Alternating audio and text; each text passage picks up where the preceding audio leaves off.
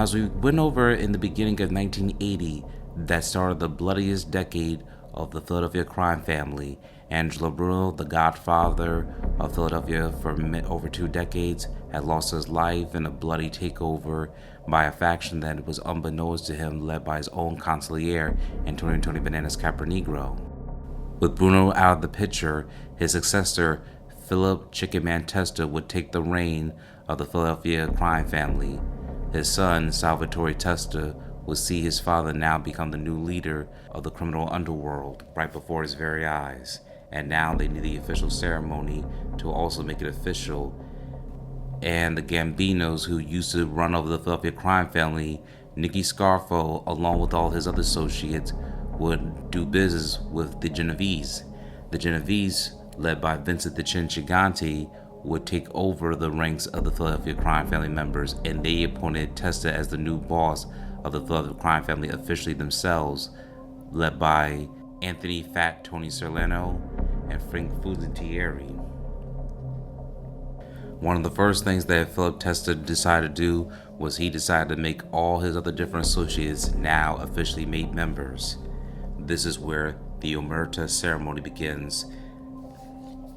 According to Philip Leonetti's Mafia Prince, Chapter Blood Oath, Philip Leonetti had all the bona fides necessary to become a made man, a fully initiated member of La Cosa Nostra, the secret society that Luca Luciano and his friends had started in 1929.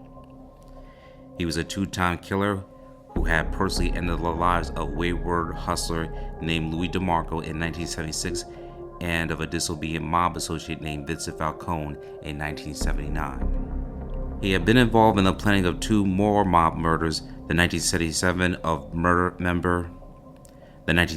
murder of Pepe Leva and the 1978 killing of municipal court judge Edward Helfand. He was a nephew and constant companion of Nicodemo Lil Nicky Scarfo, the newly appointed consigliere of the Philadelphia mob and one of the most feared gangsters on the entire East Coast. He had rubbed shoulders with men like Angelo Bruno and Antonio Tony Bananas Capernegro, both now deceased, and had maintained a long relationship with successor Philip Chicken Man Testa and Ralph Blackie Napoli. He was feared and respected in the streets of Atlantic City and South Philadelphia. He was known to the men in New Jersey and in the social clubs in Little Italy. He was a good kid in the eyes of Bobby Manna, the powerful Genovese family consigliere, and most importantly, his bloodlines were pure. He was 100% Italian. He was only 27 years old. Meanwhile, his friend Salvatore Salvie Testa was only 24 years old, especially on this specific day, June 8, 1980. A few months after Angelo Bruno was gunned down and Philip Testa became the new boss, the Falcone trial was less than 2 months away. One day, Nicky Scarfo takes Salvatore Chucky Merlino and Lawrence Yogi Merlino to Scanicchio's for lunch. While they were eating, he tells them that tomorrow's going to be a day for this. He rubs his index finger and then his thumb together, meaning button. He tells us, don't be nervous. Everything's going to be nice and smooth. So the next morning, they wake up early, showered, shaved, and wearing their best suits. The night before, the men borrowed a car from a friend and parked it a few blocks away. They left the Cadillac in front of the office on Georgia Avenue. Philip Leonetti, Nicky Scarfo, and Lawrence sneak out of the back of Georgia Avenue through the alleys and they make their way to the car parked on Texas Avenue. They were driving. Nicky Scarfo tells them that the ceremony is going to be at the house in South Philadelphia belonging to Pete Casella's brother-in-law, Johnny Capello. Philip Leonetti is driving the car, Nicky Scarfo is in the passenger seat, and Lawrence Merlino is in the back. They had to pick up Salvatore Chucky Merlino, and then they had to head to Johnny Capello's house. As they were driving, Nicky Scarfo was telling them about the ceremony and what to expect, and this was very clear in the car. They felt comfortable talking about. It was in the summertime and it was scorching hot, and Nicky Scarfo doesn't like air conditioning because it bothers his allergies. So they're driving, and Philip Leonetti and Lawrence Merlino are dying in the heat while he's talking. He's as cool as a cucumber, but they're melting. Philip Leonetti catches Lawrence Merlino's eyes a few times in the back seat, and they gave each other a look, but they can't say nothing. So they pick up Chucky Merlino and they head over to Johnny Capello's house. People were arriving as they were. Blackley Napoli and Petty Specs Martorano was there from New Jersey. Sindone was there with Chicky Ciangalini. Pete Casella was there. Santi Idona was there. Freddie Iazzi, Chicky Narducci, and his son Frank were there. Cuckoo Johnny Grande was there with his son Salvatore, whom we all call Wayne. Frank Monty was there. The Blonde Babe was there. Even my great uncles, the Piccolo brothers.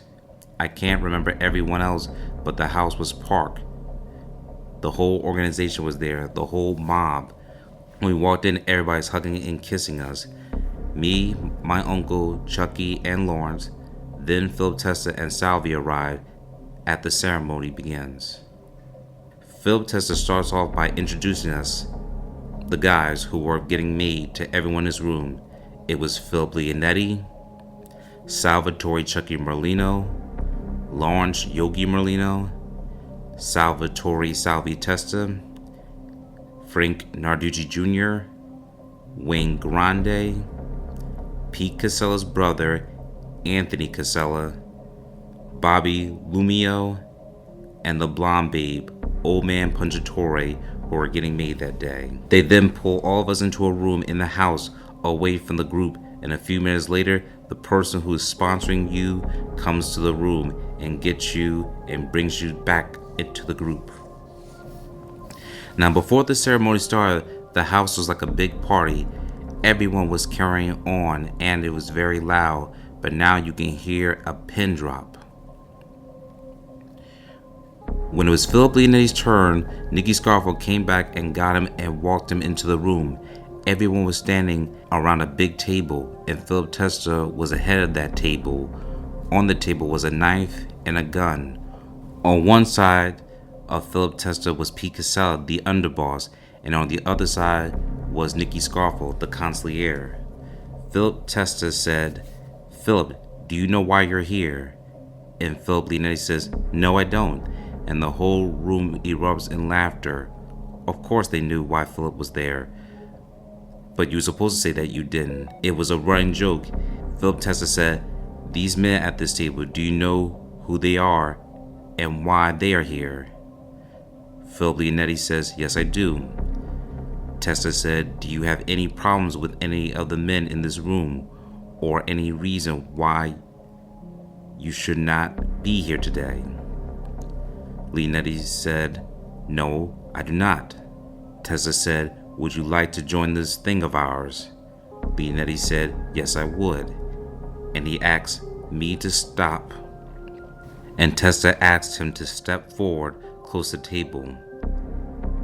Testa pointed to the knife and gun, and he said, Would you use these to protect your friends?" And Leonetti said, "Yes, I would." He said, "Would you place this brotherhood before everything that you love in your life?" Leonetti said, "Yes, I would." He said, "If you had a wife or a child and they were on their deathbed and we needed you, would you lead them and join us?" Leonetti said, "Yes, I would." Philip Testa then said something in Italian, and then the men in the room formed a circle and held hands. He instructed Leonetti to go around the room and greet everyone. So Leonetti went around the table, shook hands, and kissed each man on both cheeks. When Leonetti got to the head of the table, he kissed Nicky Scarfo and then kissed Philip Testa. Nicky Scarfo used the pin from a small gold clip to prick the trigger finger, and then he told him to cup his hands. He had a small piece of paper with a picture of a saint in it. He listed the picture on fire and placed it into his hands. Phil Testa told him to repeat after him. He said, "May I burn like the saint if I betray my friends." And he told him to keep saying it and saying it until the flame burned out. Then he told him to go back into the room and greet the men like he did earlier. Only this time, when Leonetti was made, it was around the table and got back to Phil Testa. The circle broke and Philip Testa said something in Italian, which the words amici and la Cosa Nostra, which meant friend, and this thing of ours. And then he took his hand and circled it and forward again. But now he was a part of it. He was a made man. And if this story just applies to only Philip Leonetti, Salvatore Testa had to repeat this story himself, and all the members that were part that were being made had to repeat the same words that Philip Leonetti did as well. This was the code of silence. This was the Omerta ceremony. The ceremony was repeated for each of the remaining proposed members, and then Philip Testa addressed the group, and then the men toasted to one another with a glass of homemade red wine, which was meant to symbolize blood in the same way that is used in the Catholic Church. Then the house of men feasted on a giant spread of Italian food. The celebration for three of those men, Nicky Scarfo, Phil Leonetti, and Lawrence Molina, had a dark cloud over it. It was their upcoming trial for December 16, 1979, the murder of Vincent Falcone. If they were convicted, they could spend the rest of their lives in prison.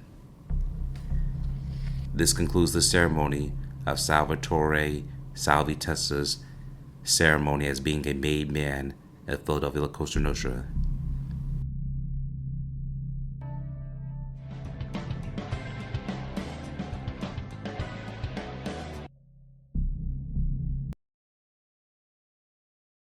Thank you for watching this video. Please subscribe to our channel and check out more of our content.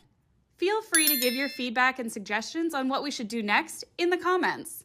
This is Infinite Lee Productions. We love ya.